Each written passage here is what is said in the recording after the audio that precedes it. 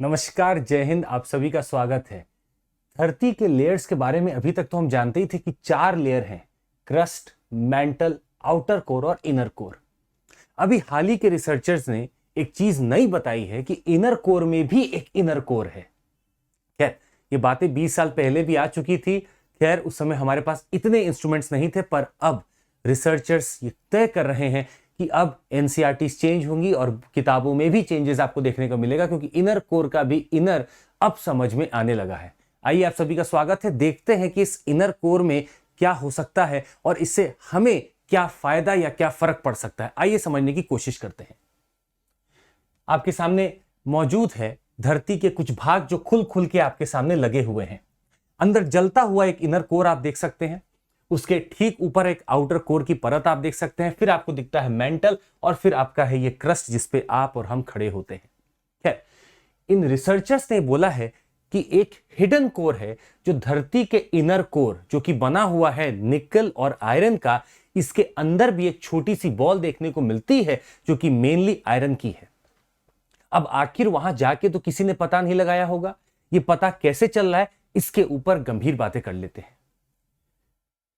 इससे पहले कि हम आगे बढ़ें, आपको कुछ चीजें बेसिक दे दें यूपीएससी के लिए। अभी तक की किताबों के हिसाब से हमारे पास जो लेयर्स हैं उसमें सबसे पहले आता है क्रस्ट, फिर है मेंटल, फिर है आपका आउटर कोर और फिर है हमारा इनर कोर। क्रस्ट की अगर आप बात करें तो ऊपर वाली जो सतह होती है, जो कि कॉन्टिनेंटल भी होती है और जो ओशनिक भी होती है, वो लगभग क्रस्ट है। इसका अगर पूरा थिकनेस आप नापने जाए तो 0 से 100 किलोमीटर या 5 से 100 किलोमीटर तक आप नाप सकते हैं।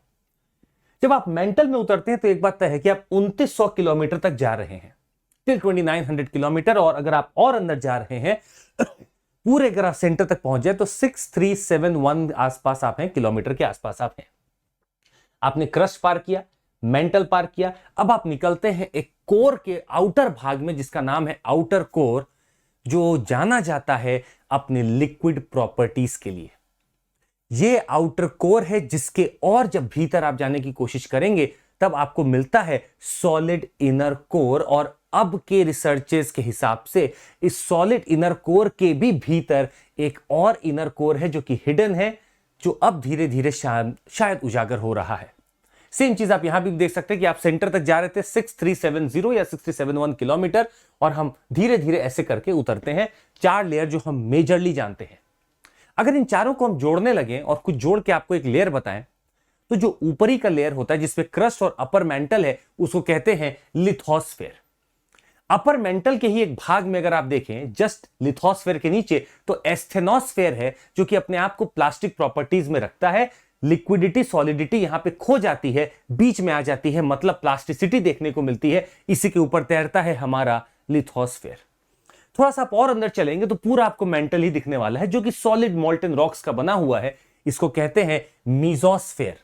और जब आप कोर में जाएंगे तो दोनों ही कोर को मिला के कहा जाता है बैरिस्फेयर। आउटर कोर इसका बना हुआ है लिक्विड या आउटर लिक्विड कोर कहते हैं। नीफे का तो बना हुआ है, परंतु यहां प्रेशर बस इतना ही कम है कि यहां पे लगभग आपका लिक्विड बना रहे। और अंदर आप जाते हैं तो प्रेशर इतना ज्यादा है कि यहां पे सॉलिड बना हुआ है, इतनी टेम्परेचर के बावजूद भी। खैर, रिसर्चेस ऑन थी और हमें पता चला कि एक नई कोर भी दिख रही है। आखिर पता कैसे चला? साइंटिस्ट ने रिलाई किया है सीज्मिक वेव्स पे। सीज्मिक वेव्स जब किसी एक हाइपोसेंटर या फोकस से चलती हैं, आपको हम यहां पे दिखा दें। मान लीजिए यहां पे मेरा एक वेव अर्थक्वेक आया और यहां से वेव चलना चालू हुई, तो वेव को अभी तक सोचा जाता था कि ये एक दिशा में जाती है और इसके ठीक विपरीत भी हमें दिखती है। अभी तक के रिसर्चेस में हमें यही लगता था कि वेव अगर वहां से चल रही है तो आपका बाउंस करके यहां जा रही है और फिर यहां से बाउंस करके फिर आ जाएगी। एक बाउंस की अभी तक बात की जाती थी, परंतु अब इस रिसर्च ने यह बताया है कि हमें एक वेव के 5 बाउंसेस तक भी देखने को मिले हैं। कैसे? देखिएगा, ये यहां से यहां गई, वापस आ रही है 1 बाउंस, फिर गई 2 बाउंस, फिर आई 3 बाउंस, फिर गई 4 बाउंस और फिर आ रही है 5 बाउंस। 5 बाउंस देखने को मिली है। इससे हमें पता चल रहा है कि अंदर की डेंसिटीज बहुत बदल रही थी। इन डिस्टेंसेस को जब निकाला गया, बीच में रिसीव करने के वेव्स को 5 बाउंस हो रहे थे और हमने डिस्टेंस निकालने की कोशिश की, तब हमें पता चला कि अंदर एक लेयर और भी हो सकता है, क्योंकि डेंसिटी अंदर की बदल रही होगी तो ही रिफ्रैक्शन होगा। इसको समझना चाहिए हमें इस स्क्रीन पे। जब भी मीडियम चेंज होता है और वेव ट्रेवल कर रही होती है, डिपेंडिंग अपॉन द डेंसिटी, या तो वेव अंदर की तरफ जाती है या बाहर की तरफ जाती है, डिपेंडिंग अपॉन द डेंसिटी। अगर यहां पे वेव मेरी 3-4 बार रिफ्रैक्ट हो रही है, 3-4 बार रिफ्रैक्ट हो रही है, तो एक बात तय है कि अंदर जरूर कुछ ना कुछ ऐसा है या इतने लेयर्स हैं अलग अलग डेंसिटी के कि इसको मजबूर कर रहे हैं, बहुत ज्यादा रिफ्रैक्ट कर रहे हैं। इसी रिफ्रैक्शन को देखते हुए हमने निकाला कि अंदर कम से कम 5 बार तो ये ऐसे बाउंस कर रही है, और इससे हमें पता चला कि अब हमारे इनर कोर के अंदर भी एक इनर कोर है, एक टाइनी बॉल है इनर कोर की, जिसको अभी और बेहतर तरीके से कुछ दिनों में हमें बताया जाएगा। परंतु एक बात तो अब तय होने लगी है कि 20 साल की पहले की रिसर्च अब कहीं ना कहीं वाकई में सामने आ रही है। खैर, आपको बता दें कि इतनी हलचल आखिर क्यों, हम क्यों जानना चाहें कि हमारे इनर कोर में क्या है क्या नहीं है।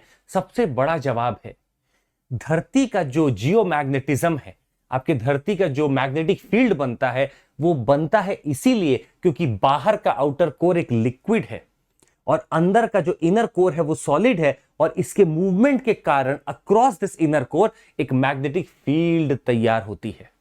अगर इनर कोर में भी कुछ ऐसा है तो हमें समझने में और मदद मिलेगी कि हमारा मैग्नेटिक फील्ड वाकई में किन जरियों से बन रहा है और कितना पावरफुल रह सकता है। तो इस मैग्नेटिक फील्ड में और शोध करने के लिए, रिसर्च करने के लिए वाकई में हमें धरती के इनर कोर को समझना जरूरी है। अब चूंकि नया लेयर ये जुड़ चुका है, तो 5वां लेयर जो कि इनर का भी इनर कोर है, जल्द ही आपके सामने एक नए नाम के साथ आने वाला है। आपको बता दें, अगर मैग्नेटिक फील्ड ना हो किसी प्लैनेट पे, तो एक सबसे बड़ी जो दिक्कत है वो ये है कि किसी भी प्लैनेट का पूरा एटमॉस्फेयर, पूरे के पूरे वहां के जो पार्टिकल्स हैं वो सन के द्वारा भेजे हुए जियोस्टॉर्म्स में सब हट सकते हैं, सोलर स्टॉर्म्स में सब हट सकते हैं। सोलर स्टॉर्म्स वो चार्ज पार्टिकल्स की बौछार होती है किसी भी प्लैनेट के ऊपर।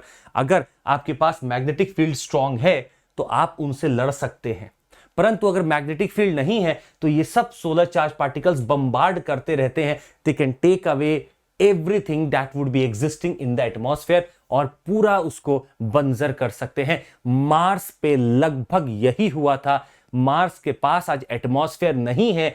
इसका रीजन सबसे बड़ा है कि उसकी मैग्नेटिक फील्ड जब चली गई, it lost its magnetic field somewhere around 4 billion years ago, and सब कुछ यहां से एटमॉस्फेयर सब कुछ छीन लिया गया। आपको बता दें, ट्विन सिस्टर धरती की जो मानी जाती है वो है, आपका ट्विन जो मानी जाती है वो है वीनस। ट्विन बोलेंगे, सिस्टर नहीं बोलेंगे, ट्विन ऑफ द अर्थ अगर हम उसको देखें तो माना जाता है कि वीनस इज दैट ट्विन। आपको जान के ये हैरत होगी कि वीनस पे भी कोई मैग्नेटिक फील्ड नहीं है, और वीनस पे अगर कोई मैग्नेटिक फील्ड नहीं है, फिर भी वीनस लैक्स मैग्नेटिक फील्ड, पर फिर भी हम लगे हुए रिसर्च करने में। और ये हमारा ट्विन इसलिए भी कहा जाता है क्योंकि साइज बराबर है, आपको ब्राइट स्टार के तौर पे दिखता भी है, अल्बीडो भी इसका अच्छा खासा है। यहां पे मैग्नेटिक फील्ड नहीं है, तो यूपीएससी में प्रश्न आ सकता है कि इसको ट्विन इसलिए कहा जाता है कि जैसा कि अर्थ के पास भी जो मैग्नेटिक फील्ड है, क्या वही मैग्नेटिक इसके पास भी है? नहीं, अर्थ के पास अपनी बढ़िया मैग्नेटिक फील्ड है, इनके पास मैग्नेटिक फील्ड नहीं है। आपको ये याद रखना है। आयनोस्फेयर जो इनका है वो सेपरेट करता है एटमॉस्फेयर को इसके वीनस के फ्रॉम द आउटर स्पेस। आपको ये भी बता दें, अगर धरती के इनर कोर के बारे में पता चलता है तो ये उन लोगों की भी मदद करेगा जो बाहरी दुनिया को और देखना चाहते हैं, एक्सोप्लैनेट्स को ढूंढना चाहते हैं। उनके लिए भी एक बहुत बड़ा जरिया बनेगा। अगर हमें इनर टू इनर का भी पता चलता है तो हमें यह भी पता चलेगा कि वाकई में बिग बैंग एक्सप्लोजन के कारण जब चीजें बन रही थी तो सबसे पहले क्या बना, वो कितना पुराना है और उसके पास कितनी हीट है, कितनी एनर्जी है। हमें यह भी पता चलेगा कि आखिर अर्थ का सब ढांचा या सारा फंडामेंटलिज्म कहां जाके रुकने वाला है, हमें यह तक पता चलेगा। So it's a great research, a ground break research I would से।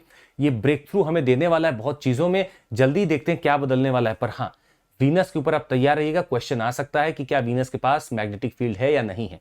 खैर, वीनस के बारे में तो आप बता ही दीजिएगा। अब हम आपसे पूछना चाहते हैं कि क्या मून जो आपका नेचुरल सैटेलाइट है, अर्थ के नेचुरल सैटेलाइट मून के पास क्या कोई मैग्नेटिक फील्ड है या नहीं है? नीचे कमेंट करके जवाब दीजिएगा। आज के लिए बस इतना ही, मिलते रहेंगे अपने अगले एपिसोड में। Thank you so much, take care, Jai Hind, bye bye.